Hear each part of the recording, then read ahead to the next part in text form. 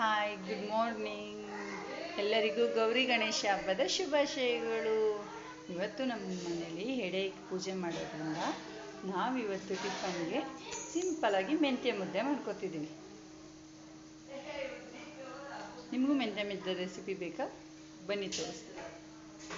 ನಾನು ಮೆಂತ್ಯ ಮುದ್ದೆ ಕ್ವಾಂಟಿಟಿ ಜಾಸ್ತಿ ಬೇಕಾಗಿರೋದ್ರಿಂದ ನಿಮಗೆ ರೆಸಿಪಿ ಅಷ್ಟೊಂದು ತೋರ್ಸೋಕ್ಕಾಗ್ತಿಲ್ಲ. ಯಾಕಂದರೆ ಮೆಂಬರ್ ಜಾಸ್ತಿ ಇರೋದ್ರಿಂದ ಮುದ್ದೆನ ಅಕ್ಕ ರೆಡಿ ಮಾಡ್ತಾ ಇದ್ದಾರೆ.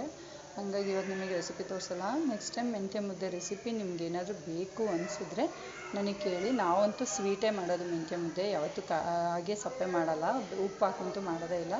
ನಮ್ಮಮ್ಮ ಸಣ್ಣ ವಯಸ್ಸಿಂದನೂ ಈ ಮೆಂತ್ಯ ಮುದ್ದೆನ ಕೊಡ್ತಾಯಿದ್ದಾರೆ. ಅದು ನಮಗೆ ಸ್ವೀಟಲ್ಲಿ ತಿಂದೇ ರೂಢಿ. ನಿಮಗೂ ಸ್ವೀಟ್ ಮೆಂತ್ಯ ಮುದ್ದೆ ಏನಾದರೂ ಬೇಕು ಅನಿಸಿದ್ರೆ ನನಗೆ ರೆಸಿಪಿ ಕೇಳಿ, ನೆಕ್ಸ್ಟ್ ಟೈಮ್ ನಾನು ನಿಮಗೆ ನೀಟಾಗಿ ತೋರಿಸ್ಕೊಡ್ತೀನಿ. ನಾವು ಈ ಗೌರಿ ಗಣೇಶ ಹಬ್ಬಕ್ಕೆ ಏನೆಲ್ಲ ತಿಂಡಿ ಮಾಡ್ತಿದ್ದೀವಿ ಅಂತ ತೋರಿಸ್ತೀವಿ. ಕರ್ಜಿಕಾಯಿ, ಚಕ್ಲಿ, ನಿಪ್ಪಟ್ಟು, ಚಿಕ್ಕನುಂಡೆ ಹಾಗೂ ಕಜ್ಜಾಯ.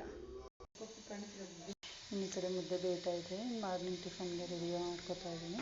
ಆಗಲೇ ನಿಮಗೆ ತೋರಿಸ್ದಂಗೆ ನಾವೆಲ್ಲ ಹಬ್ಬಕ್ಕೆ ತಯಾರಿನೂ ಆಗಿದೆ.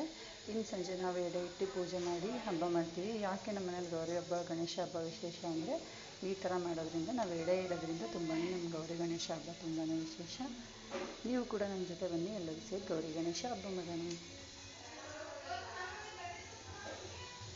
ಧನ್ಯವಾದಗಳು.